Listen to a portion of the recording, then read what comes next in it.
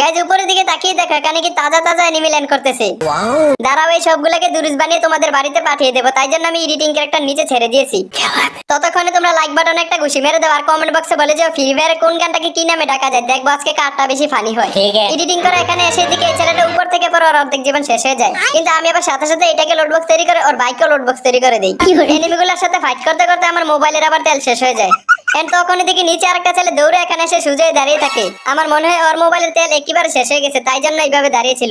এখানে আবার এই ছেলেটাকে দেখি সুইসাইড করার চেষ্টা করতেছে, তাই জন্য ওকে আমি লাঠি দিয়ে বাড়ি দিয়ে বাঁচিয়ে ফেলি। কি করছিস? মানে লোড বক্স তৈরি করে ফেলি। এই ঘটনা 2 বছর পর ফ্যাক্টরি গ্রাউন্ডের ভিতরে এনিমি খুঁজতেছিলাম, তবে একটা এনিমির দেখা এখন পর্যন্ত পাই নাই। কিন্তু তখনই দেখি এদিকে একটা এনিমি আমার লোড বক্স থেকে লোড করার জন্য চলে এসে, তবে এনিমিটা হয়তো এখন জন্ম নিয়ে ল্যান্ড করছে, কারণ ওর কাছে একটা লোড নাই। যাই হোক ওকে আমি লোড বক্স তৈরি করবো না, আরে মিয়া, একটা হেডশট মেরে শুধু নক করে রাখবো।